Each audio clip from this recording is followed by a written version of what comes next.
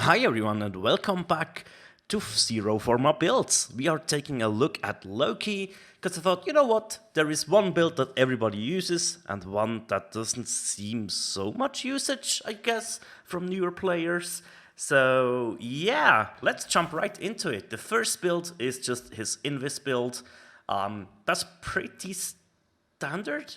I don't think you can get much more out of this without any forma. So you're using Sprint Boost here, which gives us plus 15% sprint speed. And combined with Rush, that's 45%, right? This is awesome for spy missions because you can run through really fast, right? So we top this off with Streamline and Flow for some efficiency as well as some more energy in our bank. Natural Talent is here for 50% casting speed. If you do not have that, switch this out for something else with 9 points. Like, what could be good?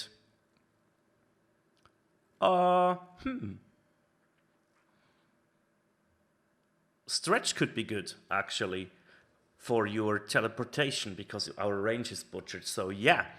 After that, we completely go for duration. So primed continuity can be switched out for normal continuity, of course, as always.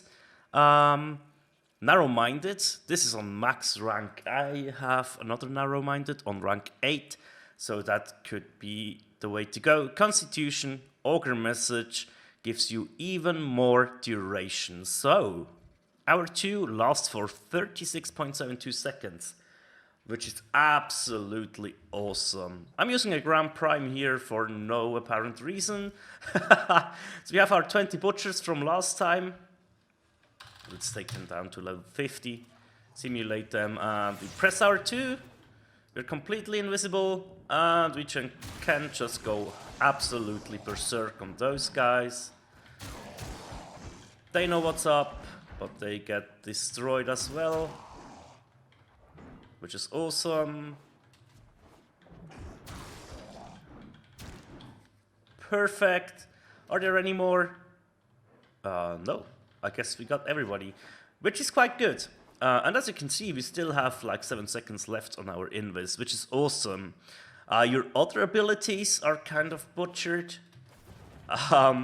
So your one lasts for a long time, which is good. You can switch teleport with your decoy, which can be very useful in spy bolts.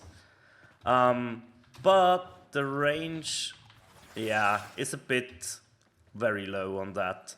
Also, your 4, almost no range, so if you happen to be near a bombard, it might be useful. So yeah, not completely neglectable, but that's pretty much the build everybody uses to farm spy vaults. And with Sprint Boost and Rush, you are very fast. But now we are taking the Disarm build into consideration. You can switch Energy Siphon out for Corrosive Projection. I just like to use Energy Siphon because I do not fight any enemies when I'm using this build. This is pretty much used for cheesing sortie missions, especially mobile defense as one. So yeah, I have Vitality on here because I really like the added 300 health or 330 for a bit of survivability. Streamline and Flow, again, we need that energy bank and we need to cast stuff a lot. Other than that, we have Prime Continuity just to give our 2 at least 18.6 seconds. It's pretty much a panic button, but still very useful. After that, we are going for range with Overextended, Stretch, as well as Augur Reach. Yeah, we want as much range as we can and some duration. As you can see here, Irradiating Disarm, the augment is awesome. 9 seconds of radiation where the enemy will fight themselves is absolutely amazing. And you don't have to worry about them anyways, because they're all forced into melee with your Disarm or your 4th ability. Now, almost 14 seconds and a radius of 53 meters. That is pretty decent, and I threw in a mobilize here because I like to be mobile. But you can go for something else. What do we have? Aviator could be very, very useful. And if you're, for whatever reason, using this in the farming stuff, you can use Thief's Wit. But what does this build? Well, we are pretty much taking... we don't need Butchers now, we need like Lancers, I guess. Yeah, let's take 5 Lancers. Excuse me. You can still go invis, of course, and what you want to do is jump in the middle of the enemies, cast your 4, and now they are forced into melee, and they will damage each other, which is absolutely awesome. You can, of course, recast this. Oops. And make sure you have your 2 active as well. But yeah, that's how you cheese a mobile defense sortie. You would just stay on the point, you would make use of your Cenuric focus tree with energizing dash. Or what you also can do, which is also a good idea, is bring some energy pads. I've gone for the medium for today because that's the one that most of the players can achieve without too much troubles. But as you can see, the enemies are taking care of themselves for you, which is really, really awesome. Make sure you have your 2 active at all times if you are that close to them. But yeah, they cleaned themselves up really, really nicely. And that's what this build is intended to do. You know what? We could bump the level up to 135. Let's go invis.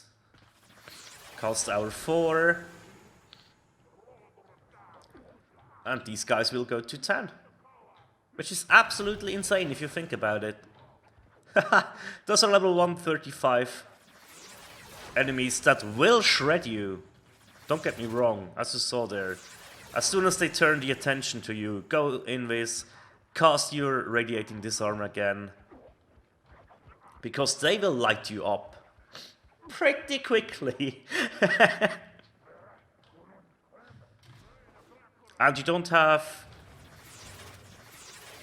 natural talent on here. If you want that, we have to switch out some mods, and we are not really want to do this because we need the mods that we have in there.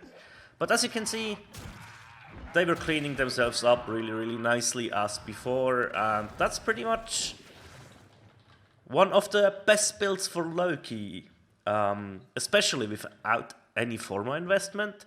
This is pretty great. Yeah, but that's all for Loki. That's all I have for Zero Forma with him. I'm sure there is another build that you can do, but those 2 are the ones I use the most. I pretty much exclusively use these 2. But yeah, that's it for today. Thank you very much for watching. As always, take care and see you next time. Bye bye.